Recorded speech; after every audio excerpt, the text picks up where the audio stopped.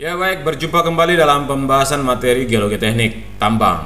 Oke, materi berikut ini adalah kita akan membahas tentang apa itu tipe-tipe gerakan tanah. Kenapa tanah itu bergerak dan juga ada dari tipe-tipe gerakan tanah itu kita akan membahas tentang longsoran ya. Longsoran yang terjadi baik pada material yang lepas atau lapuk atau tanah maupun yang padat, yang keras ataupun yang batu ya. Oke, kita lihat saja materinya secara singkat ya. Di sini ada PDF-nya. Ya, saya mengambil secara ringkas saja. Jadi silakan, nanti ada materi-materi lain yang bisa mendukung, silakan kalian bisa mengaksesnya di mana saja. Oke, jadi lereng itu terbentuk karena adanya perubahan permukaan tanah ya. Jadi ada kemiringan. Jadi lereng itu ada kemiringan dan juga ada sudut tertentu ya. Tertentu. Oke. Jadi kalau sebuah gunung kemudian kita potong ya, dipotong gini. Cek begini, makanya kalau dipotong ini bagian-bagiannya maka akan terjadi lereng. Ini lereng. Jadi ada permukaan tanah yang miring dengan sudut tertentu. Sudut tertentu artinya kalau gunung yang tadi kita potong gini ya. Gunung yang tadi begini kita potong menjadi begini. Ya tadi ya. Berarti sini ada sudut. Ya ada kemiringannya dan juga ada tingginya juga, ini tinggi atau hanya. Oke, itu ya. Jadi dapat terjadi karena terbentuk secara alami maupun juga buatan itu ya dibuat oleh manusia ya, dipotong menggunakan alat berat, alat mekanis, kemudian dibuat lereng. Oke. Kemudian dari komponen-komponen itu ada gaya-gaya yang menyebabkan terjadinya gaya dorong ya. Gaya dorong itu terjadi apa? Karena kita tinggal di dunia ini, di bumi ini ada mempunyai gaya gravitasi. Jadi kalau ada lereng yang seperti ini ya, pasti ada gaya gravitasinya atau gaya vertikal gini ya, gaya gravitasi, yaitu membantu mendorong ada bagian-bagian yang tidak kompak, akhirnya bisa longsor. Ini blok ini bisa jatuh. Oke, nanti kita pelajari gaya-gayanya dan bagaimana menangani gerakan-gerakan tanah tersebut. Jadinya ada lereng ya, lereng natural alam dan juga ada lereng buatan manusia, man-made slopes ya. Ada lereng alam. Lereng alam itu terjadi karena proses alam ya. Jadi material memiliki kecenderungan tergelincir di bawah beratnya sendiri dan gaya-gaya luar yang ditahan oleh kuat geser tanah dari material tersebut ya. Nanti kita lihat apa itu kekuatan geser. Jadi kekuatan geser dan hubungannya dengan gaya-gaya yang bekerja ya, membantu mendorong material itu terlepas. Jadi sebagai contoh, kalau ini adalah lereng, kemudian ini adalah tanahnya ya, ini materialnya. Nah, material ini berpotensi untuk bergerak. Kalau semakin terjal lerengnya ini, maka potensi untuk tanah itu terlepas sangat besar. Di samping itu, berat daripada material-material ini, kalau kita lihat ada bidang-bidang yang tidak menerus atau yang membuat lereng itu tidak stabil, atau bidang gelincir ini. Nah, potensi daerah ini adalah potensi daerah yang bisa terjadi longsoran atau dia akan terlepas ya. Jadi ada gaya-gaya dalam tubuh ini, lereng ini, yang akan mengakibatkan ini dapat bergerak, ini terlepas, ini bidang yang sudah diberi tanda ini akan terlepas ya. Itu ada gaya-gaya yang menyebabkan gelincir pada bidang longsor. Ini adalah bidang longsornya, bidang longsor. Bidang longsor ditentukan dari mana? Dari muka air tanah, juga bisa juga dari faktor geologi, struktur geologi, patahan-patahan yang terjadi di sini sehingga membentuk bidang longsor. Ya. Oke. Kemudian ada juga pengaruh ini disampaikan di sini adalah kenaikan tekanan air pori. Nah, kemudian penurunan kuat geser tanah secara progresif. Kemudian ada proses pelapukan. Kemudian ada gempa yang menyebabkan terjadinya longsor nih. Kemudian ada gangguan luar akibat pemotongan atau timbunan baru. Nah, timbunan baru ini juga menyebabkan ini longsoran ya. Nah, gangguan yang terjadi akibat pemotongan. Jadi gunung itu sudah aman. Ternyata manusia memotongnya ini, tak dipotong, ini dibuang nih. Nah, ini kan jadi lereng baru nih, lerengnya jadi begini kan. Nah, ini. Nah, kalau material di sini kuat atau jenis batuan atau tanahnya ini kuat, ya kita buat sudut sampai tegak pun seperti begini, tegak juga tidak ada masalah ya. Materialnya kuat menahan, bisa membantu tidak terjadinya kelongsoran ya. Oke, gitu. Kemudian ada lereng buatan manusia. Jadi proses pelapukan juga berpengaruh ya. Batuan yang kuat dengan batuan yang lapuk, lebih besar kemungkinan batuan yang lapuk itu akan lebih cepat longsor ya. Kemudian kekuatan geser tanah itu disebabkan karena adanya air-air yang bisa terjadi karena permukaan daripada bidang-bidang itu licin ya. Bidang yang licin itu membuat kuat geser tanah itu menjadi turun ya. Licin itu bisa disebabkan oleh air ataupun ya adanya patahan ya, atau yang bidang-bidang yang tidak menerus atau kekar sesar ya. Karena dia ada bidang tersebut sehingga permukaannya itu bisa menjadi licin dan menyebabkan kekuatan gesernya menurun ya. Kemudian ada tekanan air pori. Jadi di dalam tanah itu, jadi dalam sebuah lereng itu tanah, dalam sini ada material tanah dan juga ada air ya. Ya, air ya. Ini tanah, kemudian di dalam tanah ini juga, di dalam tanah itu ada pori-porinya. Pori-porinya itu terisi oleh air ya, air. Jadi kalau kita punya gaya itu kan biasa selalu dari atas vertikal, ini paling banyak nih karena kita kan mengalami gaya gravitasi ya.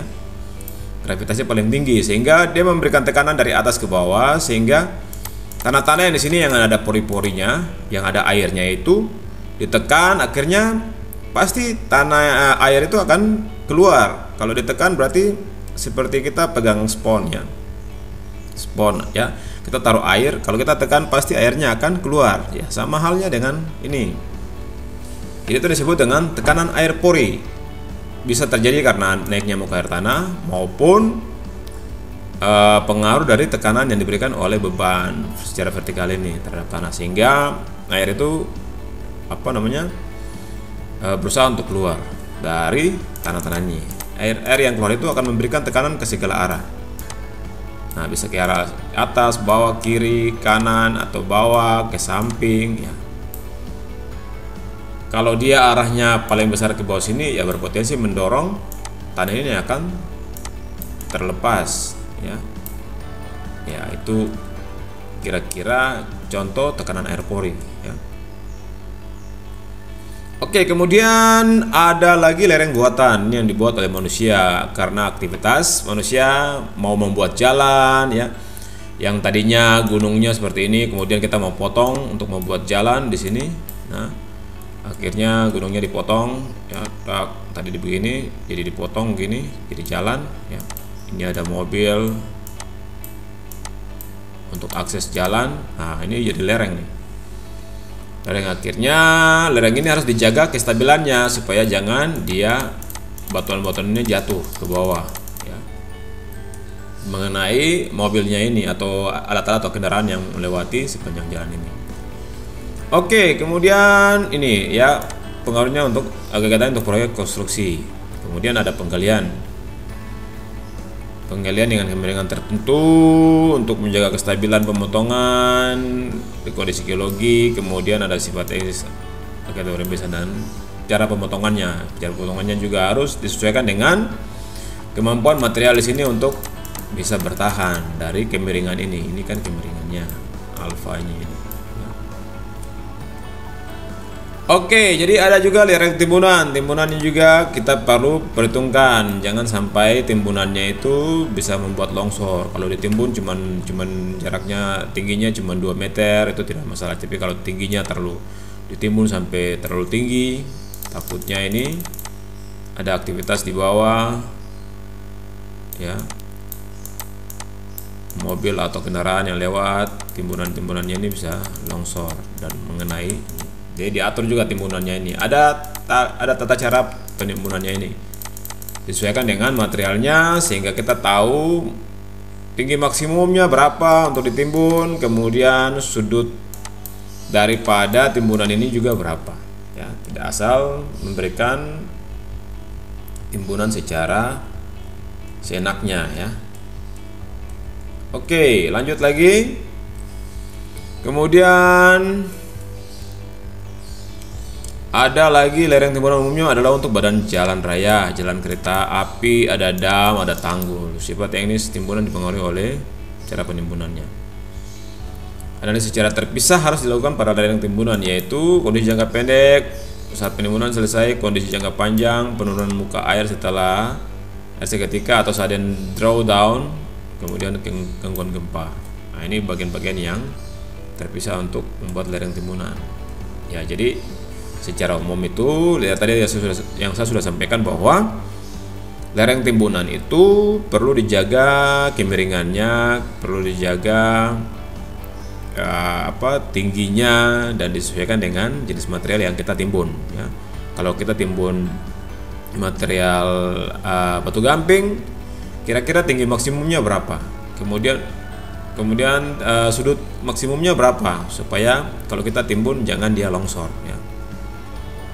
Oke, ini biasa untuk proyek-proyek timbunan ini biasa dipakai untuk ditaruh di dalam stockpile. Ya, stockpile itu teknik untuk melakukan penimbunan, jangan sampai terlalu tinggi sudutnya.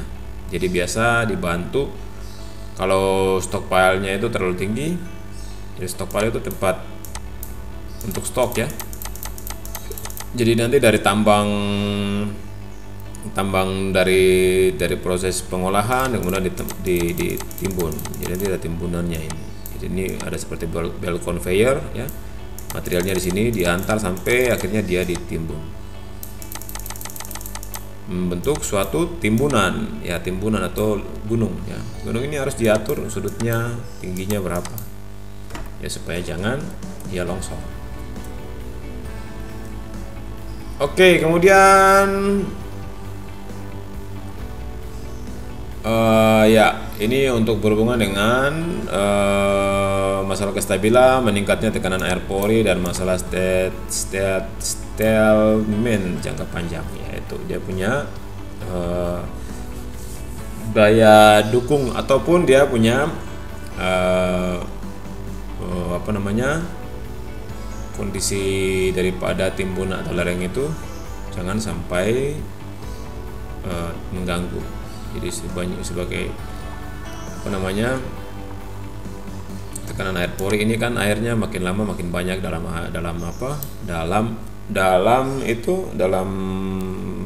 lerengnya itu, sehingga menyebabkan kekuatannya makin berkurang ya.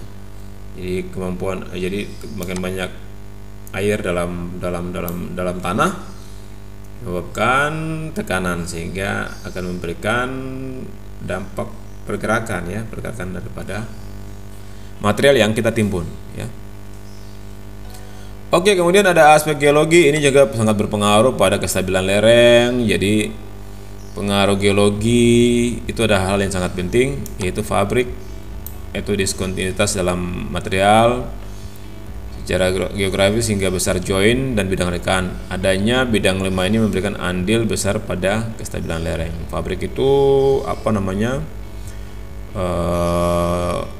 material yang ada dalam dia punya kondisi material atau batuan mempunyai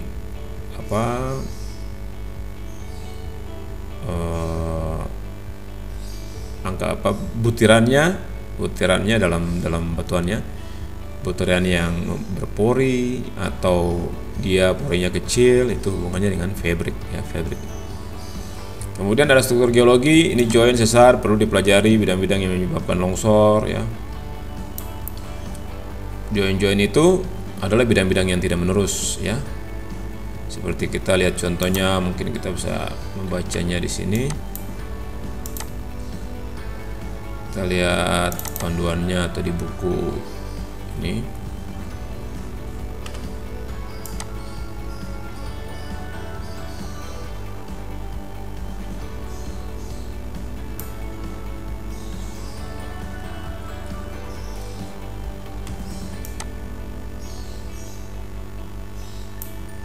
Nah, ini ada bidang-bidang diskontinuitas. Jadi ini batuan sebenarnya ada kompak ya. Kalau kita lihat batuan ini,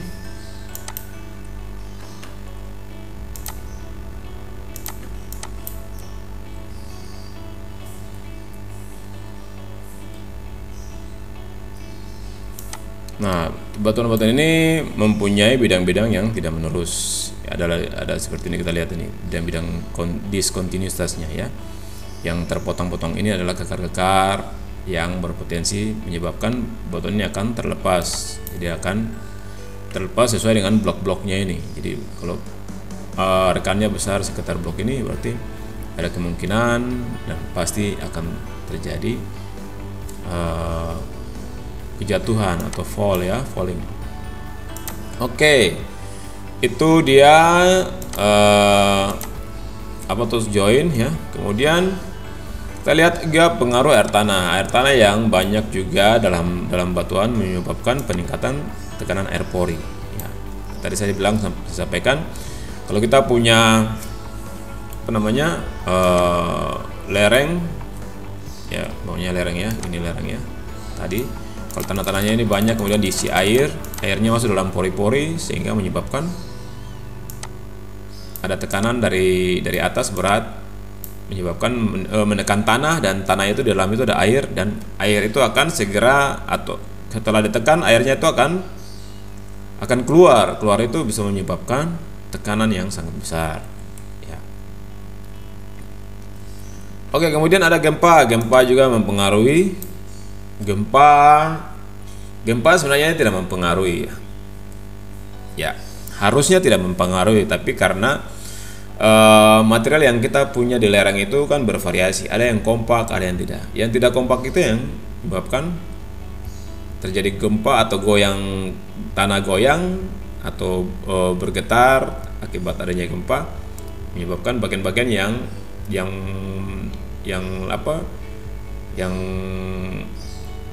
tidak menerus itu, atau yang ada bidang-bidang diskontinu atau bidang-bidang geologinya itu, struktur geologinya itu akan terlepas. Kemudian ada tekanan awal dalam tanah. Ya.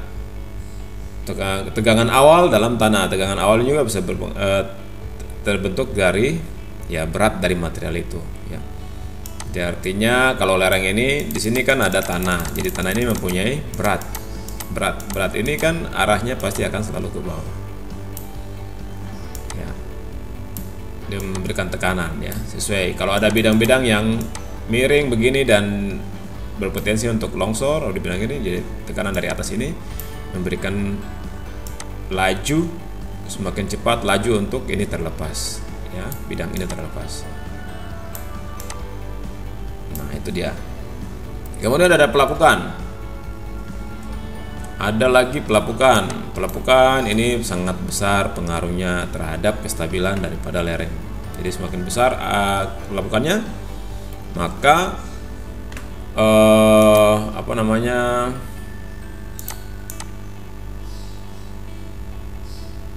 potensi gerakan tanah itu juga makin besar.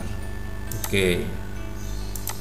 Kemudian ada aktivitas longsoran terdahulu. Jadi pernah ada terjadi longsoran, juga bisa menjadi pertimbangan studi mengenai longsoran. Jadi perlu diwaspadai. Kalau ada suatu tempat yang lerengnya gampang longsor, itu akan menjadi pertimbangan untuk segera ditangani. Jenis dan mekanisme gerakan tanah dan longsoran.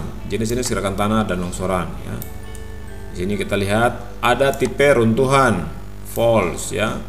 Kemudian ada lagi tipe topple ya. Kemudian apalagi ada lagi tipe slide. Kemudian ada lagi tipe spread. Ada lagi tipe flow. Ini semua adalah tipe-tipe gerakan tanah ya. Kita lihat di sini ada fall. Fall itu artinya tipe batuan yang longsoran yang batuannya jatuh. Ini ada butiran bongkar-bongkarnya jatuh ya. Kemudian fall itu terjadi pada batuan yang seperti ini, lapis-lapis ini ya. Nah, ini ada bagian yang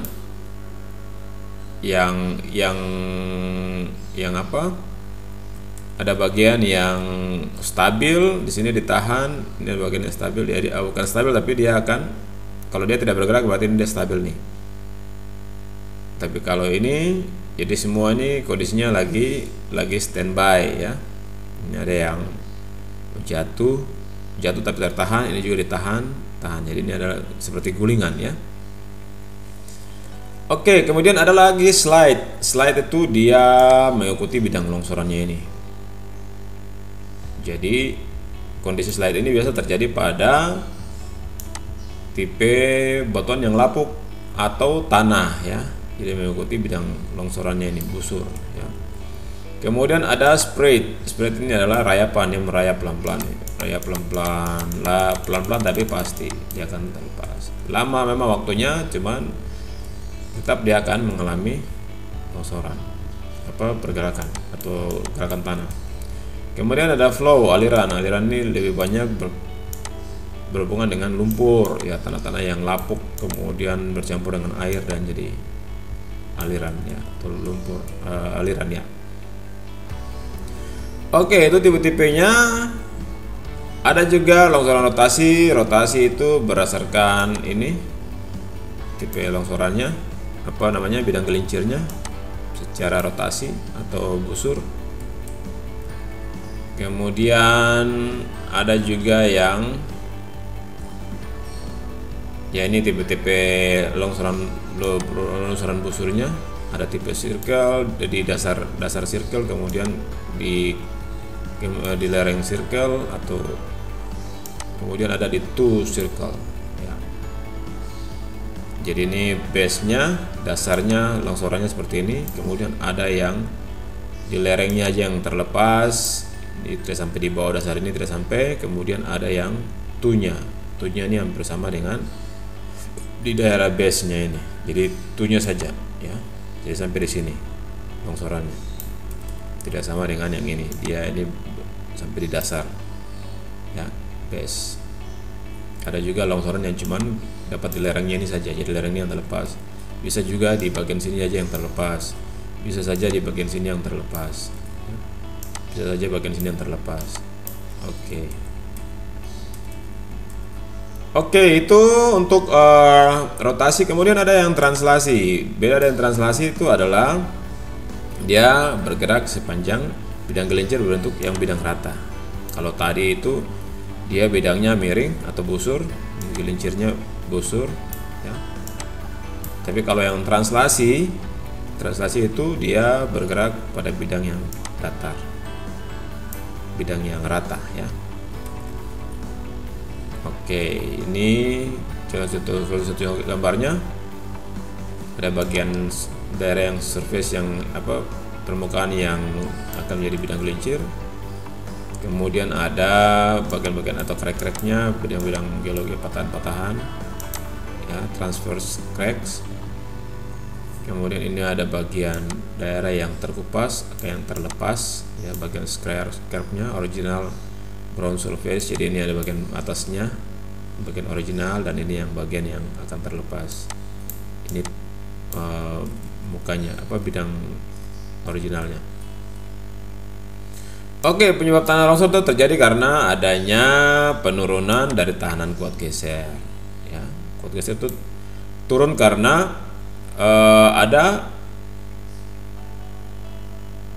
jadi kita bisa digambarkan seperti ini. Jadi kekuatan geser itu kalau dia permukaannya seperti gini ya, kita gambarannya secara fisik aja ya. Umpamanya lerengnya kita begini nih. Ya, ini mungkin bidangnya agak kasar ya. Ya, kemudian kita dapat lereng ini. Oke, ini. Kemudian di dalam sini juga materialnya juga termasuk kasar ya, bentuknya pembutirannya kasar ya, bisa juga dikatakan kasar ya. Jadi Kak, hubungan antara kekuatan material yang di dalam lereng ini sudut lerengnya, ini tinggi lerengnya, apa bidang muka lereng, apa timbangan lerengnya. Jadi tanah-tanah yang dalam sini mempunyai apa namanya, permukaan yang kasar ataupun ya, kalaupun ada yang kompak sekali tanpa pori-pori, itu bisa menjadi kekuatan bisa memberikan kekuatan geser. Dan juga ada bagian-bagian yang kasar atau yang ini ya. Jadi ini akan menahan, mereka akan saling tarik menarik atau memberikan saling memegang ya, atau saling menahan. Beda dengan material yang lunak atau material yang licin ya, tidak mempunyai. Jadi kalau kita gambar secara begini ya, umpamanya ini dia seperti ini, kemudian lagi ada bidang yang seperti ini. Nah, ini bidang yang di atas, ini yang bidang yang di bawah ya. Ya, kalau kita kasih tekanan dari samping, nah ini cukup kuat untuk saling menahan ya. Kemudian kita kasih tekanan dari samping, yang bagian atas ini bagian A, kita tarik ini bagian B. Di bagian B itu arahnya ke sini, bagian A arahnya ke sini. Jadi kalau kita berikan geser ini, kemampuan tanah untuk mengikat ini sangat kuat. Umpamanya dia mempunyai bidang-bidang ini ya, apa namanya, kemiringan atau sudut gesernya ini, sudut geser dalamnya ini ya. Beda dengan tanah yang mempunyai sudut yang, atau material yang mempunyai sudut seperti ini ya. Kalau kita gambarkan dia begini ya, ini dia ya.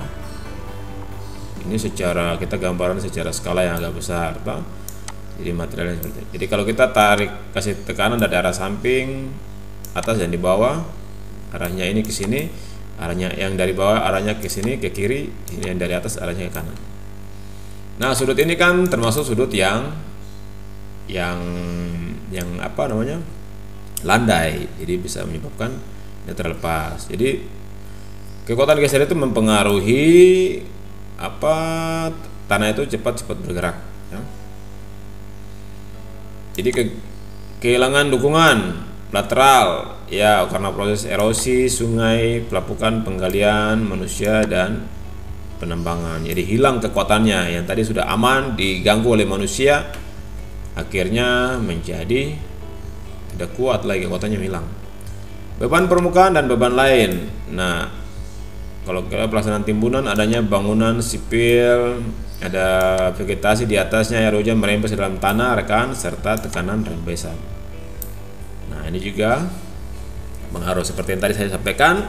Air hujan atau air-air yang masuk dalam tanah itu menyebabkan terjadinya penambahan kekuatan tekanan air pori yang tadinya tidak ada air, kemudian dimasukkan air, akhirnya ada beban di atasnya. Umpamanya begini ya, ini ada bangunan di atas ini, bangunan di atas, kemudian di sini ada lereng nih. Nah, ada lereng ya, tanah-tanahnya di sini, bangunannya, tiba-tiba air hujannya masuk ke dalam tanah ya. Ini tadinya kering, masukkan air tanah, beban dari ini bertambah, tidak ada bangunan lagi, dibikin lagi, tambah, memberikan tekanan ke bawah. Air-air dalam pori ini akan berusaha untuk keluar dan bisa menekan dinding-dinding ini, akan terlepas ya. Jadi waktu harus diperhitungkan. Makanya untuk membatasi itu kita bisa buat pengaman di sini, jadi dibuat talut-talut ya. talut untuk menahan lereng ini supaya jangan dia longsor. Ya, itu nanti teknik penanganannya. Kemudian ada analisis kestabilan lereng. Nah, setelah kita lihat kondisi kondisi daripada lerengnya itu, gerakan tanah, kemudian ada longsoran bidang, jenis pergerakan tanah yang ada yang longsor, ada yang jatuh atau falling, kemudian ada yang slide, kemudian ada yang spread, rayapan ya. Maka kita perlu analisis kestabilan. Jadi konsepnya itu bisa menggunakan konsep plastis atau limit plastis equilibrium atau kesetimbangan batas untuk kondisi batas plastis, dan juga ada teori-teori yang lain. Oke. Kita lihat sini.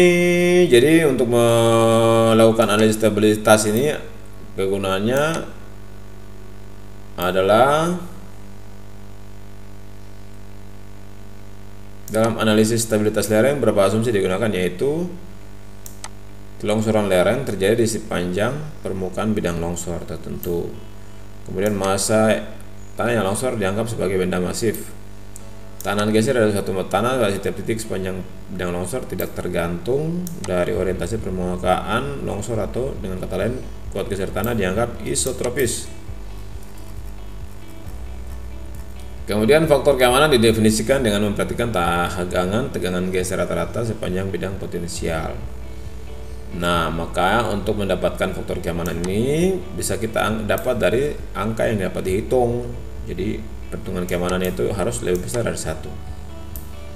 Apa tuh artinya 1 lebih besar dari 1? Kemudian ada yang sama dengan 1, lebih besar 1, sama dengan 1, atau lebih kecil dari 1. Ya. Kemudian teori dasar kekuatan geser tanah. Nah, ini kita perlu tahu nih kekuatan geser tanah.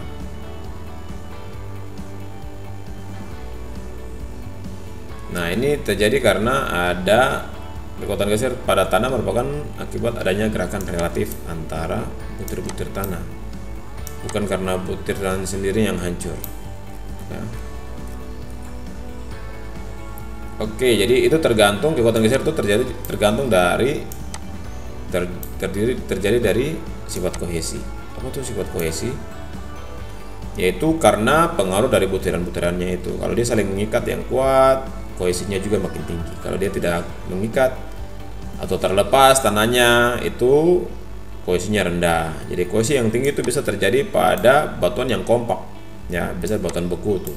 Batuan beku itu mempunyai kohesi yang sangat tinggi, ya. Beda dengan tanah yang gembur. Tanah yang gembur itu tanah yang setelah kita gali, ya, gali kemudian kita timbun, itu tanah yang gembur. Jadi kohesinya itu sangat rendah. Jadi hati-hati kalau mau melakukan penimbunan dengan jenis tanah timbunan, ya, atau tanah yang digali kembali, ya, dan kemudian ditimbun. Kemudian bagian yang punya sifat gesekan yang sebanding dengan tegangan normal yang bekerja pada bidang geseran. Nah, ini pengaruh tegangan normal ini juga berpengaruh terhadap kekuatan gesernya, ya. Jadi tekanan normal ini membantu terjadinya pergeseran. Jadi semakin besar tegangan normalnya memberikan bantuan supaya tanah yang tergeser itu dapat ditahan, ya. Tergantung dari dimana bidangnya itu akan bergeser. Jadi umpamanya ada sebuah bidang nih, bidang yang mau digeser, ya, 2 bidang nih. Satu digeser ke sini, satu digeser ke sini. Kemudian di sini ada beban normal, tekanan diberikan atau N-nya, ya. N-nya ini akan menolong memberikan tahanan ya, dia akan menahan. Jadi kalau ada geseran dari sini, geseran 1, geseran 2 digeser, tapi kalau ini dia menahan dari atas, maka geseran ini akan tidak terlalu cepat untuk bergerak. Ya, juga alas daripada bidang-bidang alasnya ini juga mempengaruhi. Kalau dia licin, bisa juga cepat terlepas. Nah, ini yang disebut dengan kohesinya. Kohesifnya itu yang dia bisa menahan, bisa memberikan efek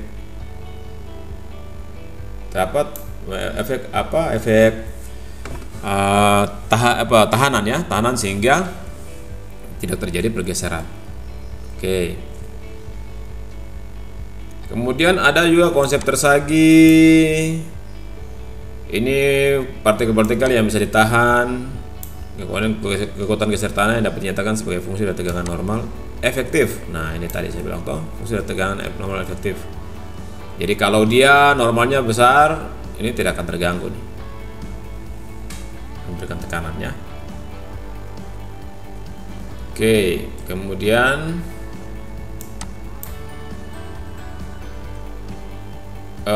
dengan demikian keruntuhan akan terjadi pada titik yang mengalami keadaan kritis disebabkan oleh kombinasi antara tegangan geser dan tegangan normal efektifnya. Nah, dia akan bergeser apabila kekuatannya sama. Ya.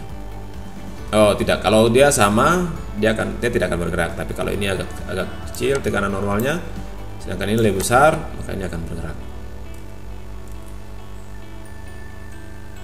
Oke, itu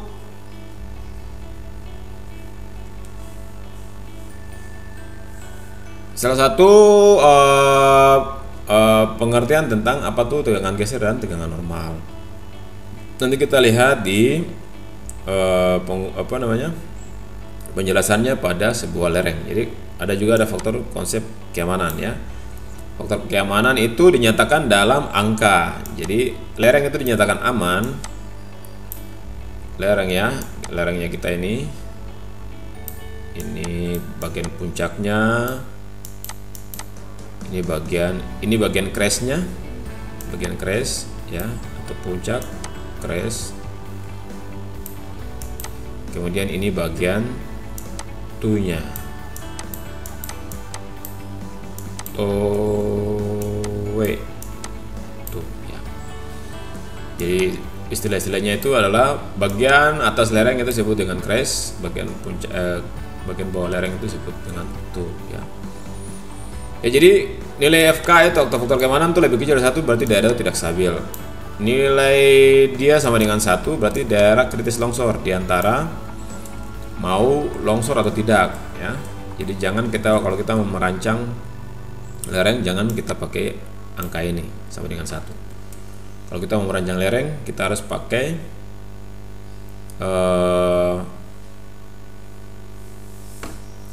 FK itu harus lebih kecil dari 1,5 ya, atau lebih besar daripada 1,25 ya. Jadi FK-nya itu harus lebih besar dari 1,525 sampai 1,5 ya. Ini baru dikatakan lerengnya aman ya. Artinya nilai 1 ini artinya kalau FK-nya itu kita berikan gambaran, kalau nilainya 1, kalau sama dengan 1 artinya kalau kita buat dalam angka, umpamanya kita kasih angka kekuatan tanahnya sama dengan gaya yang bergerak, tekanan yang bergerak ya, itu gaya yang bergerak pada material itu pada lereng tersebut. Kalau dia FK-nya lebih kecil dari 1 berarti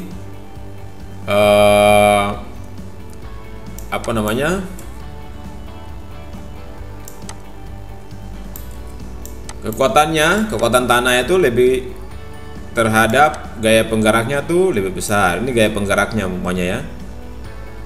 atau dia sama dengan 0,5. Ini artinya 0,5 itu artinya kekuatannya itu lebih kecil daripada gaya penggeraknya. Nah, kalau dia lebih besar daripada 1, lebih besar dari 1 artinya kalau kita kasih masuk dia dalam angka, berarti umpamanya ini kekuatan tanahnya atau materialnya, kohesi geser dalamnya itu lebih besar daripada gaya-gaya yang mendorong ya, artinya dia lebih besar, kekuatannya lebih besar daripada gaya-gaya penggerak ya. Nah, gaya-gaya penggerak itu seperti berat daripada tanah yang di lereng itu, kemudian ya ada kohesinya juga yang berpengaruh terhadap air tanah atau hujan, kemudian ada tekanan air pori ya, itu semua itu faktor-faktor pengganggu atau penggeraknya. Oke, berikutnya itu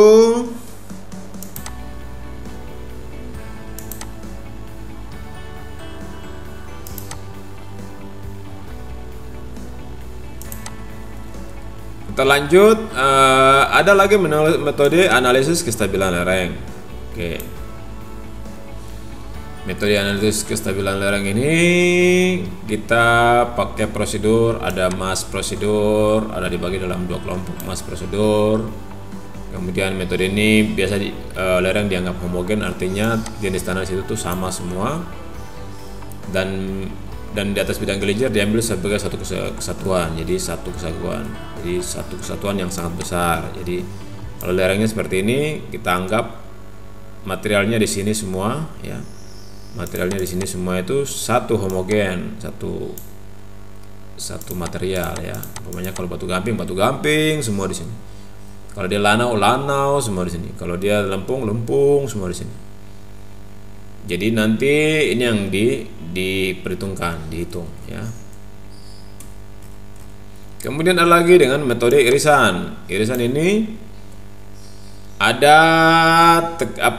jenis tanahnya juga tidak homogen, kita bisa ambil ya, bisa menggunakan jenis tanah yang tidak homogen.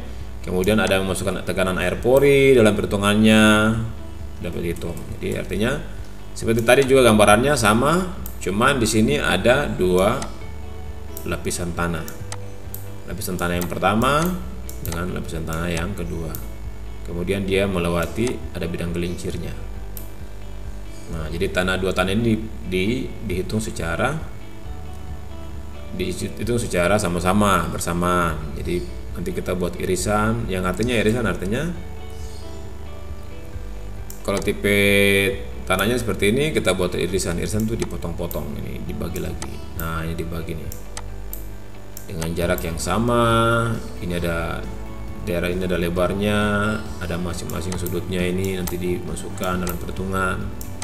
Jadi ini slide pertama, slide kedua, ini slide ketiga, ini slide keempat, ini slide kelima, dan seterusnya. Kalau mau dibikin tambah panjang lagi, tak dibagi lagi. Namanya ini terlalu besar, bisa dibagi. Nah, menjadi irisan paralel yang tegak seperti ini, irisan paralel yang tegak. Kemudian ada bidang gelincirnya.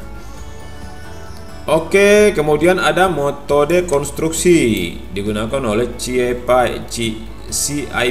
atau Common Infrastructure Project, adalah bottom up. Jadi konstruksinya adalah bottom up, dari bawah ke atas, timbunan dari bawah ke atas. Kemudian ada metode Bishop. Metode Bishop ini yang paling banyak dilakukan perhitungan. Nanti kalian akan belajar metode Bishop ini, yang pertama dikembangkan oleh Bishop, kemudian dimodifikasi oleh Pak Vilenius ya. Jadi Bishop ini membenarkan metode dengan menyelesaikan secara lebih teliti, karena perhitungannya memperhitungkan gaya-gaya pada setiap sisi tepi irisan. Sistem gaya-gaya yang bekerja pada metode Bishop ditujukan pada gambar di bawah ini. Nah, ini dia nih. Nah, ini gambaran secara irisannya ya. Ini kita lihat kalau kita gambar dia seperti ini. Nah, ya. Kita berikan gambaran begini. Nah, ini bidang longsornya. Ini adalah irisannya. Nah, ini irisan 1, irisan 2, irisan 3, irisan 4. Nah, ini kita lihat di sini adalah irisan yang diambil, umpamanya irisan 2 ini ya. 2 ini yang kita bawa nih. Nah, dia meninjau satu irisannya dulu. Jadi ini salah satu contohnya ya. Jadi irisan ini, satu irisan yang dipakai ini. Ya, ini seperti contoh irisan 2 ini. Jadi ini ada gaya W-nya. Ada W-nya atau gaya beratnya. Kemudian ada B-nya. B-nya itu adalah lebar ini. Ini lebarnya ini. Kalau kita naik ke atas, ini adalah B-nya. Ini B-nya. Ini lebarnya nih. Oke. Kemudian ada IR-nya, gaya samping, kemudian ada gaya dorong ke atas, gaya dorong ke bawah, XL. Ada left, ada right ya. Kemudian ada dorongan juga dari EL-nya, dari samping. Kemudian ada P. Kemudian ada titik 0 atau titik pusat rotasinya, ada jari-jarinya ya. Kemudian ada apa namanya? Ada jarak miring atau L-nya ini. Ya. Oke, untuk lebih jelasnya nanti kita lihat keterangannya di bawah sini. Nah, ini ada gaya-gaya yang terjadi pada segmen. Ini disebut dengan segmen. Ini segmennya. Segmen umpamanya 2 yang kita bawa ini segmennya. Segmen ini ada gaya-gaya di sini. Ada tebal atau lebar daripada ini dan seterusnya. Nah, ini dia. B itu adalah berat total irisan. Ini beratnya. Beratnya dapat dihitung ya. Berat totalnya ini semua beratnya ini. Hitung W. Kemudian EL, ER ini. EL dan ER itu adalah gaya antar irisan yang bekerja secara horizontal pada penampang kiri dan kanan. Ini gayanya secara kiri dan secara kanan. Nah, kemudian ini tadi saya bilang ya, ini irisan ini tuh adalah ya, gaya-gaya yang di sini tuh adalah kita ambil contohnya dari satu irisan yang kita bisa ambil 2, 3, semua sama dia berlaku. Untuk 1 sama 2, 3, 4. Jadi gaya-gaya yang berlaku. Jadi kalau gaya 1 ini kayaknya tidak ada gaya dorong. Oh, ada juga ya, ada gaya dorong ER-nya. Oke, semua ada. Cuman yang bagian 4 ini dia tidak mempunyai gaya IL karena dia sudah di sudut sini di ujung. Yang mempunyai dia cuma mempunyai gaya IR atau gaya dari 3 ini ya. Yang mendorong dia. Oke, kemudian ada XL dan XR. XL dan XR gaya antar irisan yang bekerja secara vertikal. Ini gaya vertikal, ada yang ke atas ke bawah, gaya vertikal. Gaya geseknya. Kemudian ada gaya P, gaya normal total antar irisan. Ini gaya normal dari bawah. Jadi kalau ada berat yang memberikan berat ke bawah, maka dia akan memberikan perlawanan atau gaya normalnya. Kemudian ada gaya T, gaya geser pada irisan. Ini juga ada gaya geser nih, arahnya geser. Geser. Kalau ada kemiringan seperti begini, ini gaya gesernya ini ada, ini sudutnya. Nah, ini adalah sudut. Ya. Gaya gesernya. Kemudian ada lagi lebar irisan atau B. Ini B itu lebar irisan, ini B. Lebar irisan. Kalau kita lihat di sini ini adalah B-nya, lebar irisan. Ini juga kalau kita tarik ke atas sampai ke atas ini untuk yang 3 ini juga ada lebar irisannya, lebar irisannya atau B. Oke, kemudian ada lagi L, panjang dari irisan. Panjang irisannya ini secara apa? Secara mengikuti kemiringan daripada lerengnya ini, kemiringan daripada bidang gletsiernya ini. Kemudian ada lagi alfa, sudut kemiringan lereng. Sudut kemiringan lereng bisa kita bawa dari sini ataupun bisa kita ambil dari sini. Ini sudut. Kalau ini miringannya, ini berarti ini sudut lerengnya ini. Ini sudut lerengnya. Oke, ataupun ada juga sudut kemiringan irisan nih. Kalau ini sudutnya untuk antar irisan, ini sudut antar irisan. Jadi prinsip kerjanya Bishop itu dia akan menghitung satu-satu irisan ini. Jadi irisan ini satu rumusnya, ini rumusnya yang sama, ini juga dihitung satu-satu. Kemudian dirata-ratakan. Dari data perhitungan 4 ini akan dirata-ratakan. Oke, lanjutkan ke persamaannya. Ini adalah persamaan dari Bishop. Jadi persamaan Bishopnya bilang FK, kalau untuk menghitung satu-satu irisan kita tidak pakai ini jumlahnya.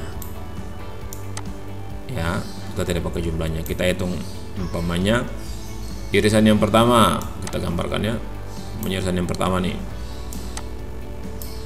Irisan yang pertama, kedua, yang umpamanya 1, 2, 3. Nah, masing-masing irisan ini dihitung berdasarkan rumus ini. Ya, kalau semua sudah dihitung FK, umpamanya FK1, FK irisan 1, FK irisan 2, FK irisan 3, kemudian di rata-rata. Jadi FK total ya kita menggunakan rumus ini. Ya. Ini adalah FK totalnya. Tapi saya belum menggunakan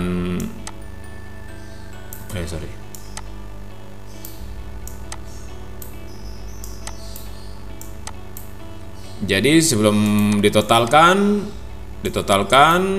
kita hitung dulu satu-satu. Ini hitung satu, kemudian maka FK totalnya. FK total adalah ini sigma dikali C dikali BI ditambah BI. Ini adalah irisan. Kalau dia kita mau menghitung irisan pertama, berarti ini adalah B1. Ini B1, ini U1, B1. Kemudian ini adalah 1. Ya. Kemudian ini juga 1. Kalau kita mau menghitung irisan yang kedua, gambar lagi. Kita menghitung irisan yang kedua. Berarti angka yang kita pakai di sini B itu adalah B-nya 2, W-nya 2, U-nya 2, B-nya 2, MI-nya M2. Kemudian ini juga 2. Ya, kemudian kalau untuk kita menghitung yang 3 ini, berarti kita pakai yang lebarnya B-nya 3 ini. Jadi ini jadi 3.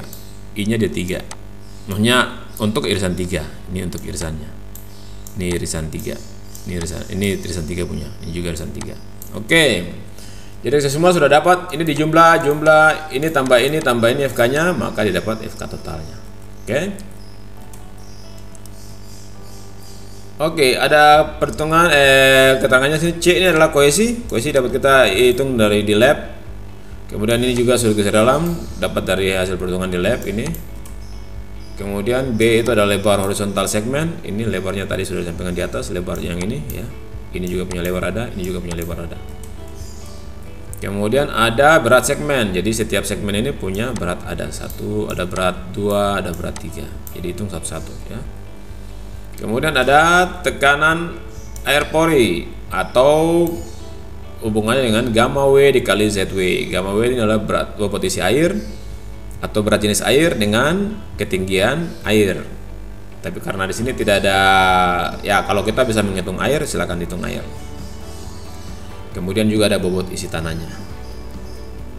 Nah, ini berat isi air itu adalah 1 ditambah 1 tambah meter kubik, atau dia dalam satuan 1 ton per meter kubik.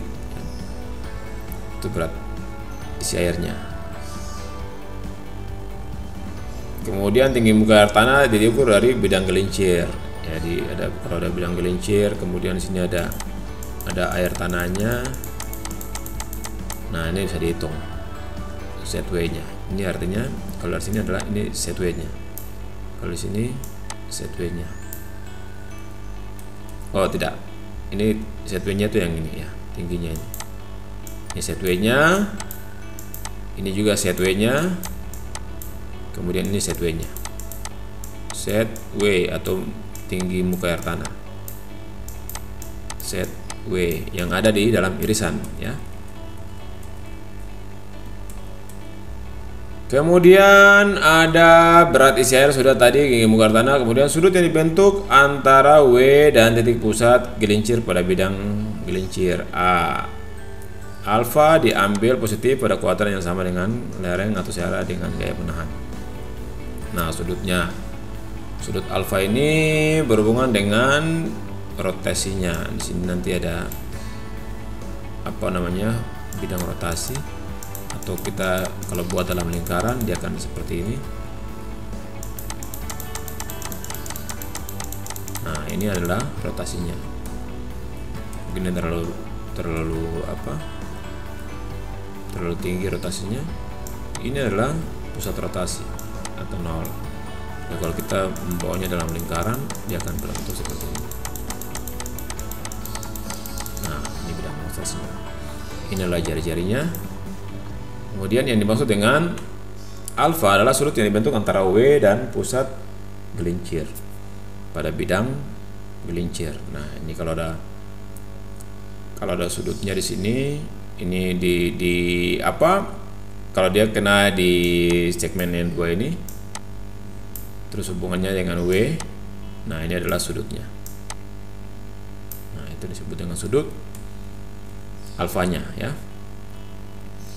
Kemudian MI atau harga M untuk irisan yang pertama dan kedua dan ketiga ditinjau pada masing-masing segmen dengan dua cara, menggunakan persamaan ini cos alfa, menggunakan tadi alfa yang tadi, yang ini dari W alfanya ini, W dengan bidang gelincir, kemudian dikali dengan 1 ditambah tangen A untuk segmen yang pertama dikali tangen P dibagi dengan FK. FK ini bisa kita tentukan adalah yang amannya itu adalah 1,25.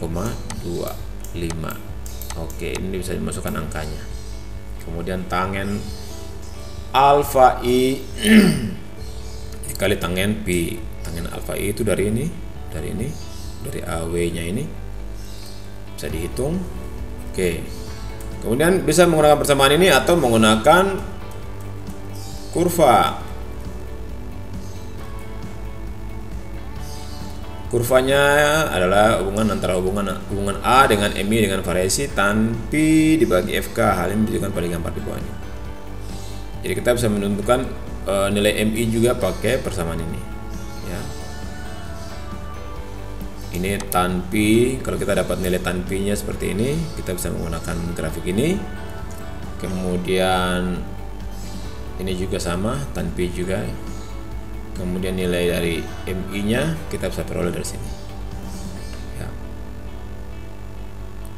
Values of A dapat diperoleh dari sudut-sudut ini, ya. Perhitungannya kalau umpamanya kita dapat 10, kemudian 20 derajat, kemudian kita tarik dapat nilainya adalah 0,2, maka nilai MI-nya itu adalah sekitar 1, ya. Bisa menggunakan tabel ini.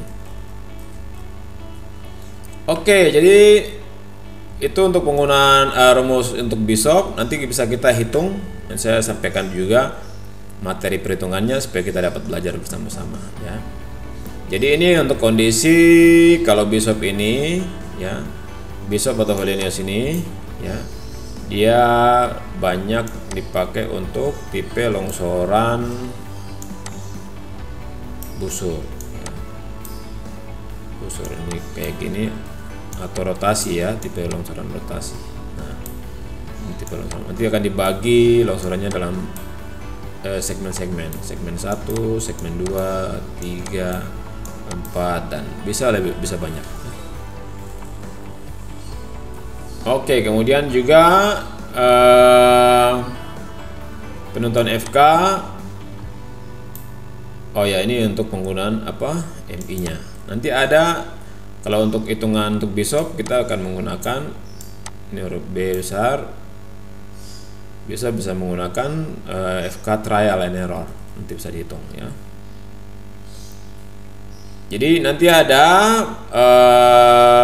langkah-langkah penggambarannya. Langkah-langkah penggambaran nanti saya sampaikan di materi berikutnya. Ini keterangannya, ya.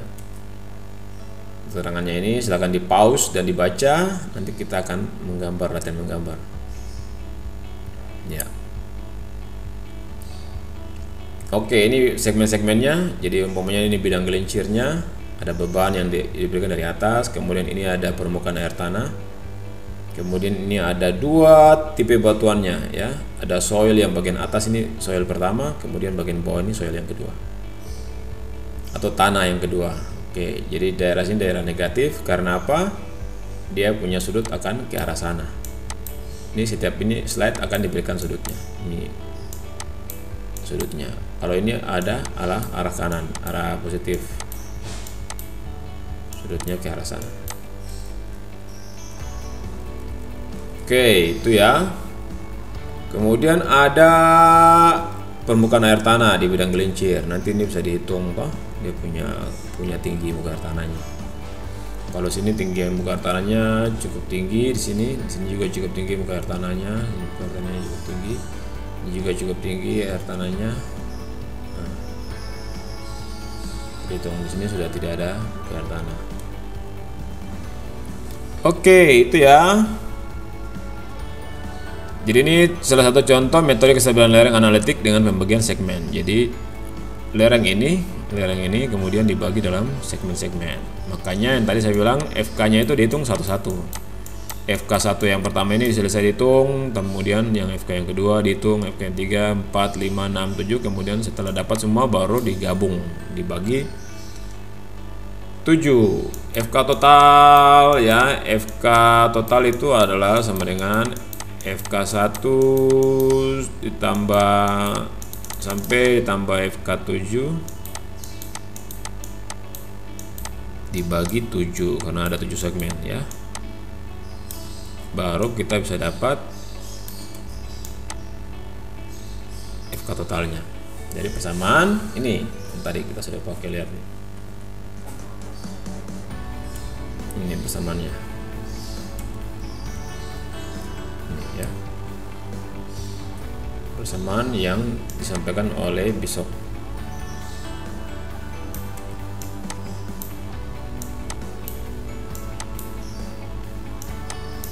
Oke, nanti kita bisa gambarkan.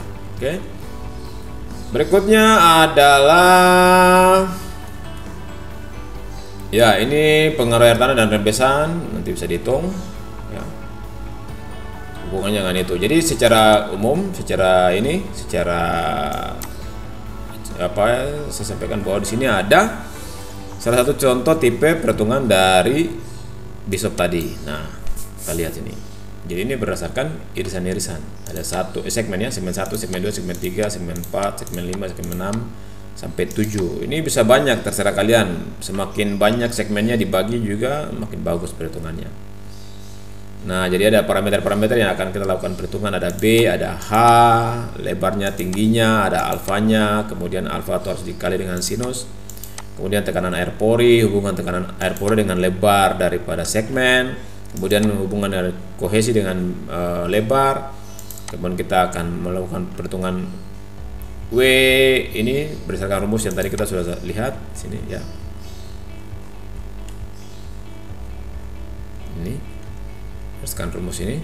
Nah, akan dimasukkan dalam Excel untuk melakukan perhitungan. Maka kita akan mendapatkan FK coba-coba sehingga kita akan mendapatkan FK-nya, perhitungannya. Maka kita dapat menentukan suatu bidang itu dia aman atau tidak. Jadi FK di sini terlihat bahwa ada 1,89. 1,89 berarti dia lebih besar daripada 1, berarti kondisi lerengnya itu aman.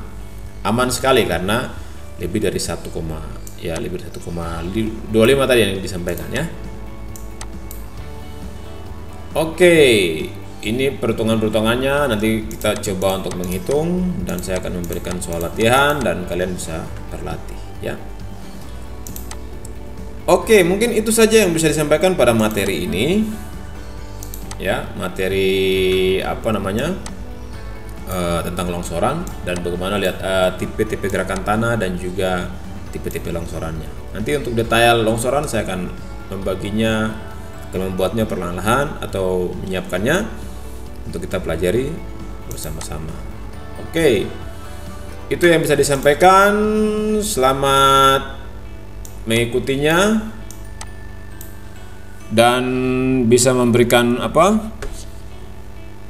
pertanyaan ya, silahkan berikan pertanyaan, bisa japri, bisa di apa YouTube-nya, di grupnya juga bisa. Oke, itu yang bisa disampaikan. Sampai bertemu pada materi berikutnya.